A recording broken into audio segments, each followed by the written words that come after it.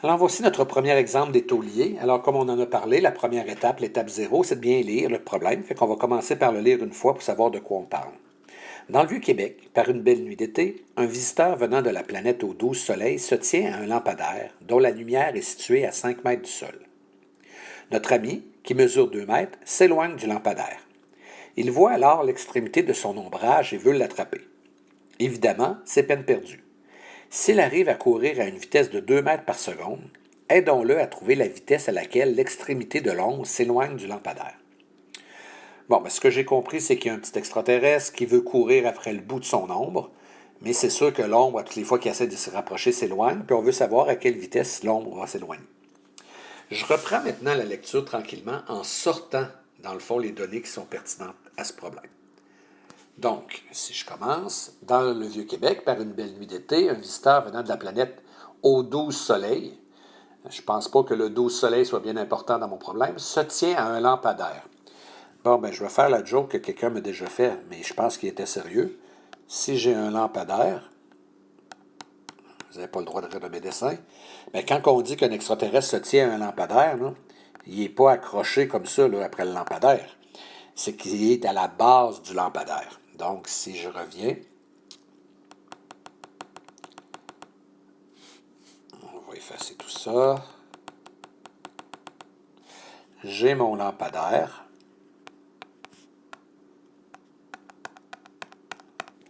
Et j'ai mon petit bonhomme qui est dans le bas du lampadaire.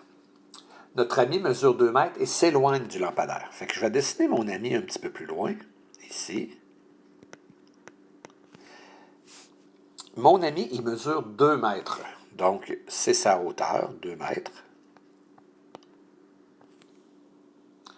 Et le lampadaire, lui, mesure 5 mètres. Il voit alors l'extrémité de son ombre. Mais l'extrémité de son ombre, l'ombre part de la lumière jusqu'au-dessus de la tête et l'extrémité de son ombre se trouve à être ici.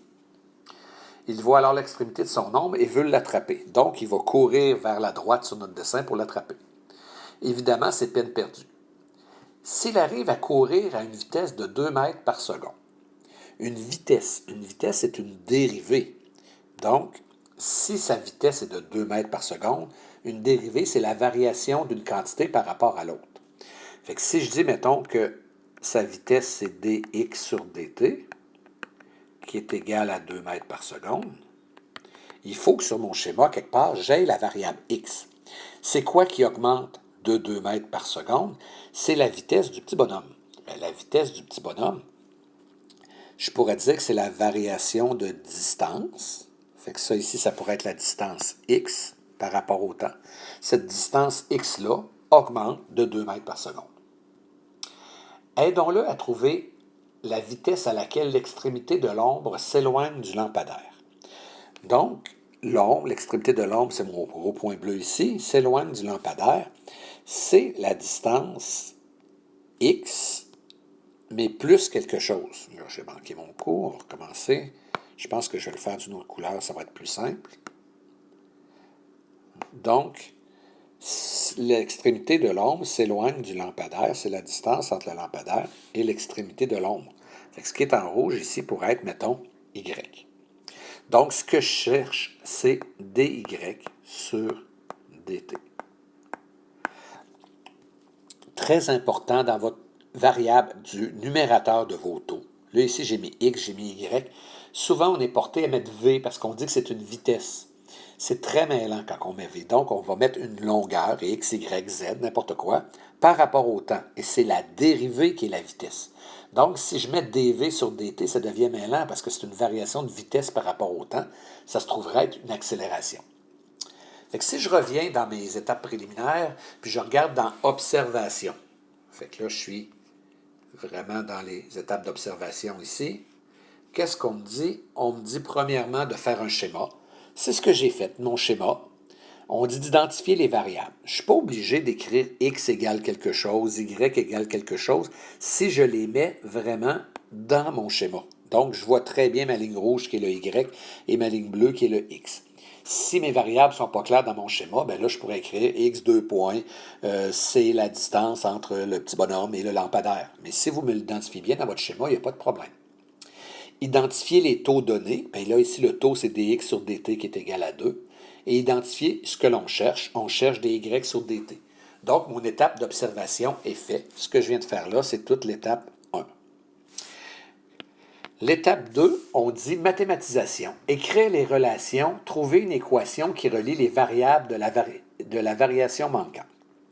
Ce que je pourrais dire en d'autres mots, au numérateur de mes taux, j'ai x puis j'ai y. Je voudrais trouver une équation qui relie x et y. Et c'est là que mon schéma va rentrer en ligne de compte. Dans mon schéma, je peux voir que j'ai un petit triangle ici et que j'ai un autre triangle plus gros et que ces deux triangles-là sont semblables. Si mes triangles sont semblables, ça veut dire que leurs côtés sont proportionnels. Fait que si je regarde la hauteur du petit triangle qui est 2, la hauteur du grand triangle qui est 5, la base du petit triangle, dans le fond, c'est la différence entre y et x. C'est donc y moins x, et la base du grand triangle, c'est y. Alors ça, c'est ma relation, c'est mon équation qui met en relation les deux numérateurs de mes taux. C'est sûr que je pourrais l'écrire autrement. Si j'écris tout ça juste sur une ligne en faisant le produit des extrêmes égale le produit des moyens, j'aurais 2y qui serait égal à 5y moins 5x. Et si je mets toutes les x d'un côté puis toutes les y de l'autre, je pourrais dire que j'ai 5x qui est égal à 5 moins 2, donc à 3y. Donc ça, c'est mon étape 2, c'est l'équation qui met en relation mes deux variables. Troisième étape, on dit qu'il faut faire les calculs. Faire les calculs, ça veut dire qu'il faut que je retrouve mes taux. Donc, je vais dériver par rapport à t de chaque côté. Donc, ma troisième étape, la dérivée de 5x, ben, c'est 5 dx sur dt. Je ne dis pas juste 5 parce que là, la variable par rapport à laquelle je dérive, ce n'est pas x, mais c'est t. Donc, la dérivée de 5x, c'est 5 dx sur dt. Et la dérivée de 3y, c'est 3 dy sur dt. C'est un petit peu comme si je faisais une dérivation implicite. Donc, il ne faut pas que j'oublie de multiplier par la dérivée du x et la dérivée du y. Et là, qu'est-ce que je veux? Bien, je cherche dy sur dt, donc je peux l'isoler. J'ai donc 5 fois dx sur dt que je connais qui est 2, divisé par 3, qui va me donner mon dy sur dt. Donc, ce que je cherche, la vitesse à laquelle l'extrémité de l'ombre s'éloigne du lampadaire, c'est égal à 10 tiers. Donc, si je voulais faire ma belle phrase avec ça, mais je pourrais dire que la vitesse à laquelle l'extrémité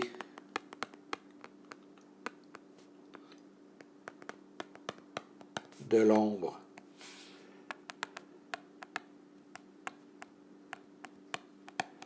s'éloigne du lampadaire